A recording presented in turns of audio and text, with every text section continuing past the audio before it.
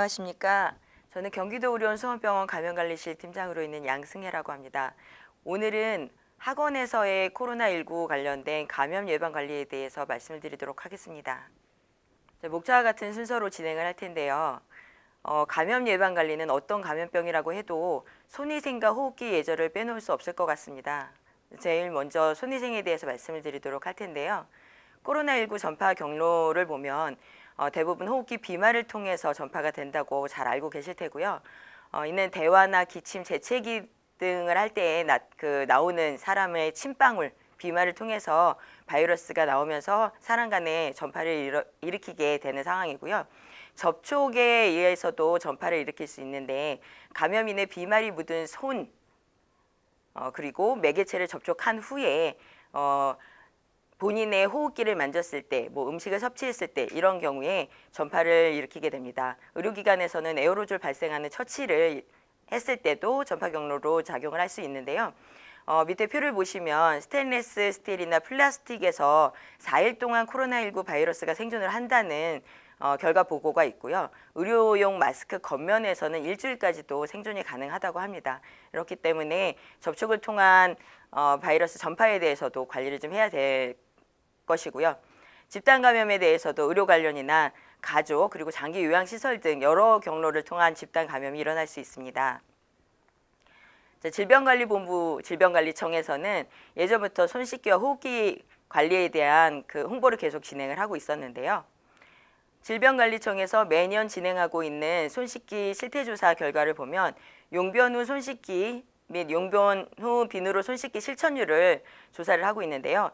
2017년도를 보시면 전화 설문조사를 했을 때 굉장히 높은 실천율을 보고하고 있지만 실제로 관찰 조사를 했을 때에는 현저히 낮은 관찰을 볼 수 있습니다. 이것은 매년 진행되는 이런 실천율 조사와 홍보로 인해서 국민 여러분들이 인식도는 굉장히 향상이 됐지만 실제로 실천하는 율은 여전히 낮았었다라고 볼 수 있고요. 그 이후로도 적극적인 홍보를 하면서 손 씻기 실천율이 향상되는 것을 볼 수 있습니다. 아마 이번 코로나19 이후에는 더욱 향상된 실천율을 볼 수 있겠죠.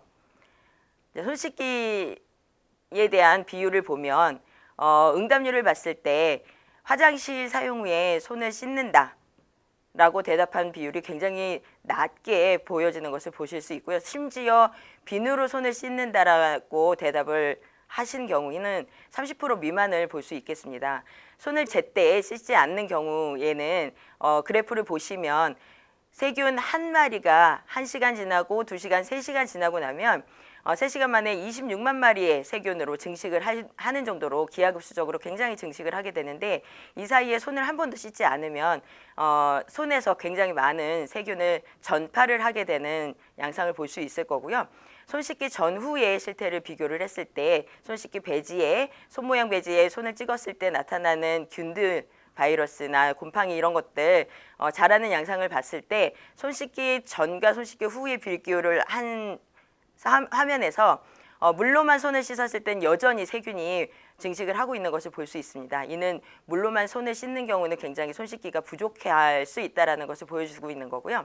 손을 씻을 때 잘 씻기지 않는 부위에 대해서 표시를 한 손 모양을 보시면 붉게 표시되어 있는 부분이 손을 씻을 때 일반적으로 씻었을 때 손이 잘 씻겨지지 않는 부위로 표시하고 있는 건데요. 옆에 있는 그림을 보시면 전문가들이 고안해낸 방법이고요. 손 씻기 6단계를 통해서 손을 씻었을 때에는 안전하게 놓쳐지는 부위 없이 손을 씻을 수 있다. 그래서 이 부분은 좀 기억을 하시고 일상생활에서도 실천을 하실 수 있으면 도움이 될 거라고 생각을 합니다.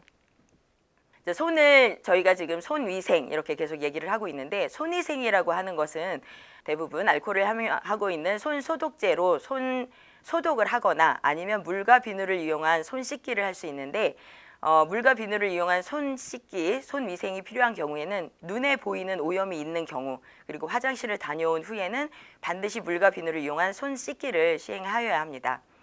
미국 CDC의 연구 보고에 따르면 손만 잘 씻으면 설사 질환의 발병률을 30%까지도 낮출 수 있고 호흡기 질환 발병률을 20%까지 낮출 수 있다라는 보고가 있습니다. 그래서 손 씻기가 굉장히 중요하다는 것을 보여주고 있는 거고요.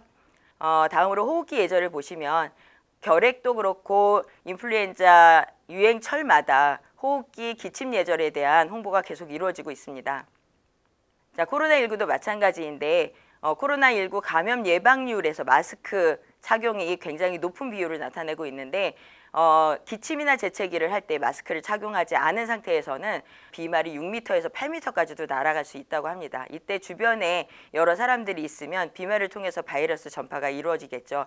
그래서 마스크 착용이 굉장히 중요하다라고 말씀을 드리고 있는 거고요. 개인 보호구 중에 마스크에 대해서는 이렇게 WHO에서도 홍보를 적극적으로 이미 시행을 하고 있습니다. 그래서 올바른 마스크 착용에 대한 홍보들을 하고 있고 마스크 착용은 호흡기 비말을 안전하게 보호해야 하는 거기 때문에 손위생과 더불어서 진행을 해야 되고요. 마스크를 착용하기 전에 손위생을 반드시 해야 된다. 그리고 마스크를 올바르게 코와 입을 다 가리고 착용을 해야 된다. 이런 것들에 대해서 관리 지침을 상세하게 보여주고 있는 거고요. 마스크를 사용하고 나면 반드시 바로 폐기를 하고 마스크를 폐기하고 나면 손위생을 또 반드시 해야 된다라는 것들을 보여주고 있고요.